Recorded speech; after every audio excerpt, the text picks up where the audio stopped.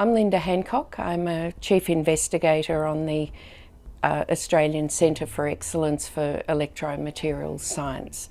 So as a political scientist, this is quite a challenge because we're working with chemists, engineers, biological science people, pure science people, people way away from our discipline.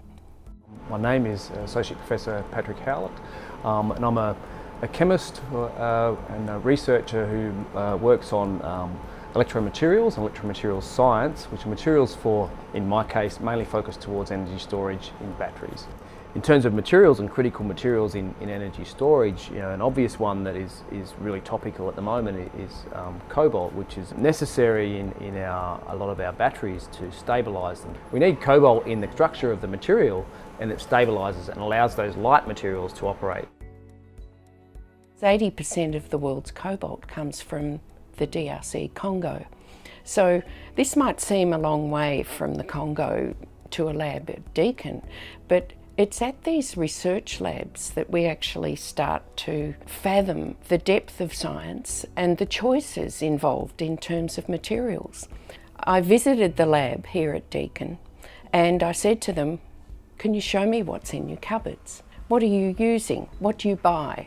Because I'm also interested in chain of supply and procurement.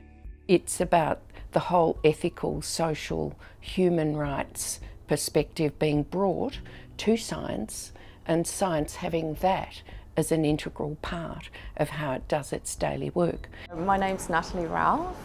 I'm an Associate Research Fellow at the ARC Centre of Excellence for Electromaterials Science. I am based at the Alfred Deakin Institute at Deakin University.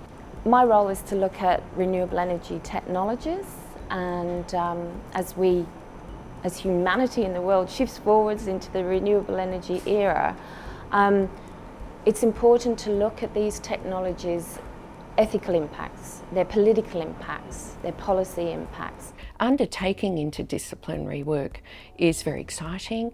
I think it excites the imagination of more socially conscious early career researchers. Just having that environment where interdisciplinary research is supported and given time is important, because it's over time that those relationships are built.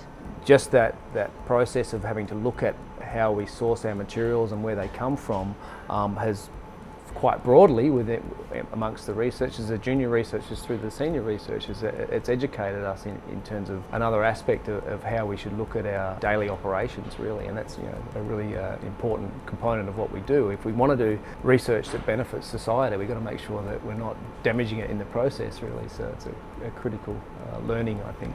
Renewable energy is important, and the technologies and the companies and the researchers working on renewable energy, it's all really important, and it's good to go green. However, it's not sufficient to go green without ethically going green.